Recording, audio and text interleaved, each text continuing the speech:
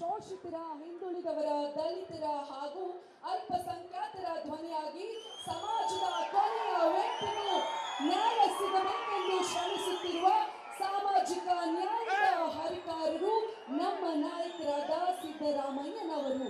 ರಾಜಕೀಯದಲ್ಲಿ ಕೊಟ್ಟ ಮಾತನ್ನ ಉಳಿಸಿಕೊಳ್ಳುವುದು ಕಷ್ಟ ಎನ್ನುವ ಕಾಲದಲ್ಲಿ ತಾವು ನೀಡಿದ ಭರವಸೆಗಳನ್ನ ಈಡೇರಿಸಿ ನುಡಿದಂತೆ ನಡೆದ ನಾಯಕ ಎಂಬ ಹೆಗ್ಗಳಿಕೆಗೆ ಪಾತ್ರರಾದವರು ನಮ್ಮ ಮಾನ್ಯ ಮುಖ್ಯಮಂತ್ರಿಗಳು. ಕರ್ನಾಟಕದ ಇತಿಹಾಸದಲ್ಲೇ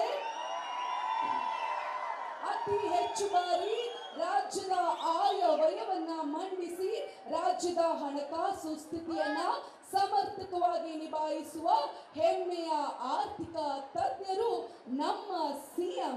ಅಧಿಕಾರದ ಗರ್ವವಿಲ್ಲದೆ ಜನಸಾಮಾನ್ಯರ ಕಷ್ಟಗಳಿಗೆ ಸ್ಪಂದಿಸುವ, ಬಡವರ ಹಸಿವನ್ನ ನೀಗಿಸಲು ಅನ್ನಭಾಗ್ಯದಂತಹ ಮಹೋನ್ನತ ಯೋಜನೆಗಳನ್ನು ತಂದ ಕರುಣಾಮಯಿ ಆಡಳಿತಗಾರರು ಇವರು.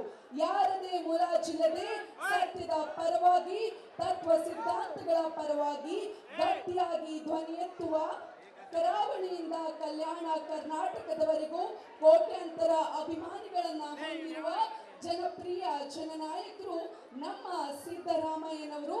ಈಗ ರಾಜೀವ್ ಗಾಂಧಿ ಅವರ ಫೋಟೋಗೆ ಪುಷ್ಪ ನಮನವನ್ನ ಮಾಡುತ್ತಿದ್ದಾರೆ.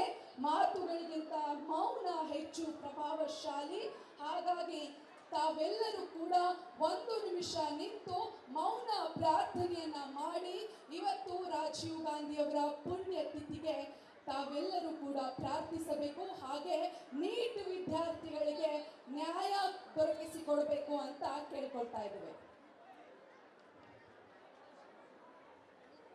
ಹಾಗೆ ಈ ಒಂದು ಪ್ರತಿಭಟನೆಗೆ ಆಗಮಿಸಿದಂತಹ ನಗರಾಭಿವೃದ್ಧಿ ಸಚಿವರಾದಂತಹ ಬೈರತಿ ಸುರೇಶ್ ಅಣ್ಣವರಿಗೆ ನಾನು ಸ್ವಾಗತವನ್ನು ಬಯಸ್ತೇನೆ. ಹಾಗೆ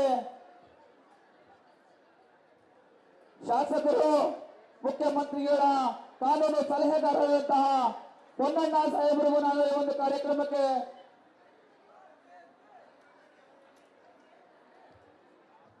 ಒಂದು ನಿಮಿಷದ ಮೌನ ಪ್ರಾರ್ಥನೆಯನ್ನ ತಾವೆಲ್ಲರೂ ದಯವಿಟ್ಟು ಸಹಕರಿಸಬೇಕು. ವೇದಿಕೆಯಲ್ಲಿ ಇರುವವರು ಕೂಡ ದಯವಿಟ್ಟು ಒಂದು ನಿಮಿಷದ ಮೌನಾಚರಣೆ.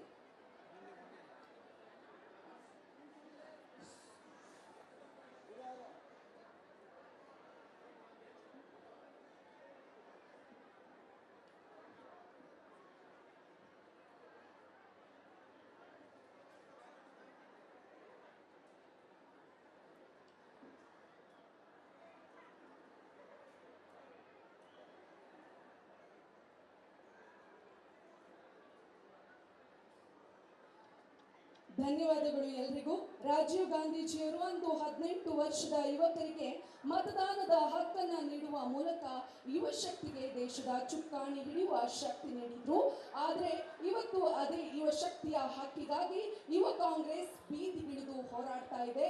ಹಾಗಾಗಿ ಈ ಮೌನ ಪ್ರಾರ್ಥನೆ ನೀಟ್ ವಿದ್ಯಾರ್ಥಿಗಳಿಗಾದ ಅನ್ಯಾಯದ ಪರವಾಗಿಯೂ ಅಂತ ಹೇಳಲಿಕ್ಕೆ ಇಷ್ಟಪಡ್ತೀನಿ.